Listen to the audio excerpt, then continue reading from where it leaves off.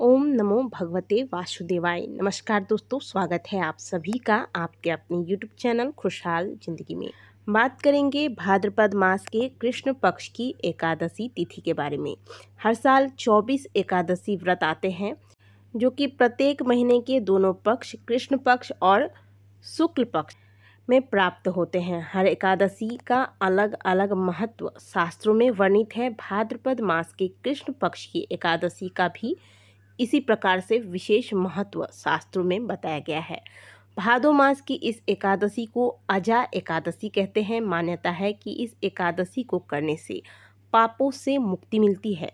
जो व्यक्ति अजा एकादशी का व्रत रखता है उसकी गरीबी दूर होती है, घर में सुख समृद्धि आती है।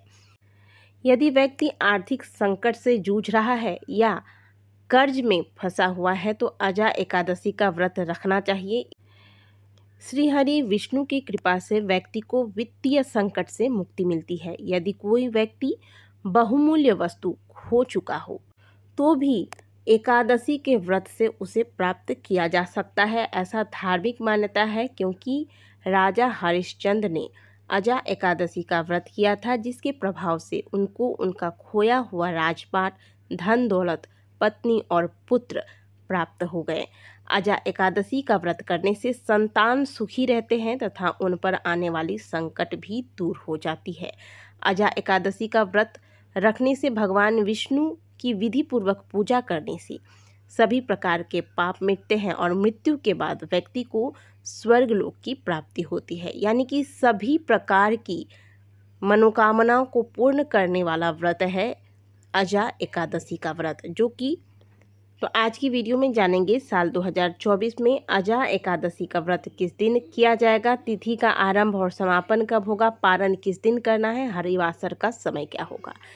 भाद्रपद कृष्ण पक्ष की एकादशी तिथि 29 अगस्त को सुबह 1:19 से आरंभ होगी, जिसका समापन अगले दिन यानी कि 30 अगस्त को सुबह 1:37 पर होगा। अजा एकादशी व्रत 29 अगस्त को किया जाएगा क्योंकि 29 अगस्त को हमें उदया तिथि में एकादशी की प्राप्ति हो रही है और पूरे दिन यह तिथि रहने वाली है। तो अजा एकादशी का व्रत हम सभी 29 अगस्त दिन गुरुवार को करेंगे। अजा एकादशी के दिन 3 शुभ संयोग का निर्माण हो रहा है। पहला संयोग तो यह है कि भगवान विष्णु का यह व्रत गुरुवार के दिन है और गुरुवार का दिन भगवान विष्णु को समर्पित होता है। दूसरा संयोग यह है कि अजा एकादशी पर सर्वार्थ सिद्धि योग बनेगा, जो इस दिन शाम के समय 4:39 से लेकर पारण वाले दिन 3 अगस्त को प्रातःकाल 5:58 तक रहेगा। तीसरा संयोग यह है कि इस दिन सुबह से ही सिद्धि योग बनेगा, जो कि शाम 6:18 तक रहेगा। अजा एकादशी व्रत का पारण 30 अगस्त को किया जाएगा। पारण का समय होगा सुबह 7:49 से सुबह 8:31 पर। पारण तिथि के दिन हरिवासर समाप्त होने का समय होगा सुबह 7:49 पर।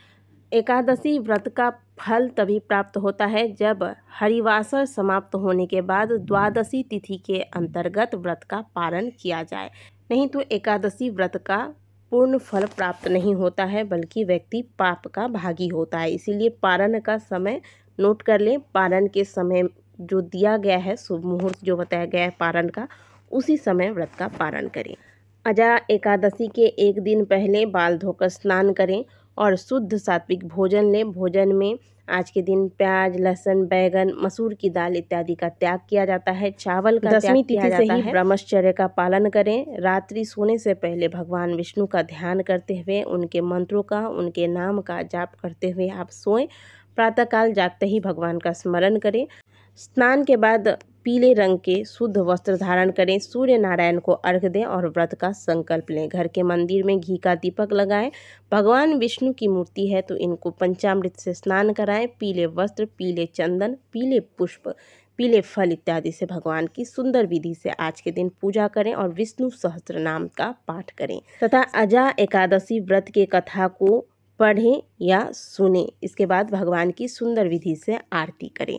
आज के दिन तुलसी पत्ते नहीं तोड़े जाते हैं, तो तुलसी पत्ते पहले से तोड़ के रख लें। अगर किसी कारणवश नहीं तोड़ पाए हैं तो तुलसी जी के नीचे जो गिरी हुई पत्तियां होती हैं, इन्हें उठाकर आप धोकर पूजा में प्रयोग कर सकते हैं।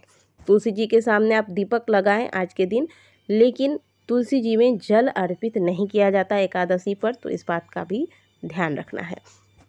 जो लोग व्रत नहीं करते हैं उन्हें भी आज के दिन एकादशी तिथि पर चावल का त्याग करना चाहिए और विधि पूर्वक भगवान विष्णु की पूजा अर्चना करके उनका नाम कीर्तन करना चाहिए। इससे भी भगवान विष्णु की कृपा भक्तों को प्राप्त होती है। तो अजा एकादशी पर आज की दी गई जानकारी आपको कैसी लगी है, बताने के लिए कमेंट बॉक्स में हर हर महादेव अवश्य लिखिएगा और वीडियो को लाइक करना ना भूलें।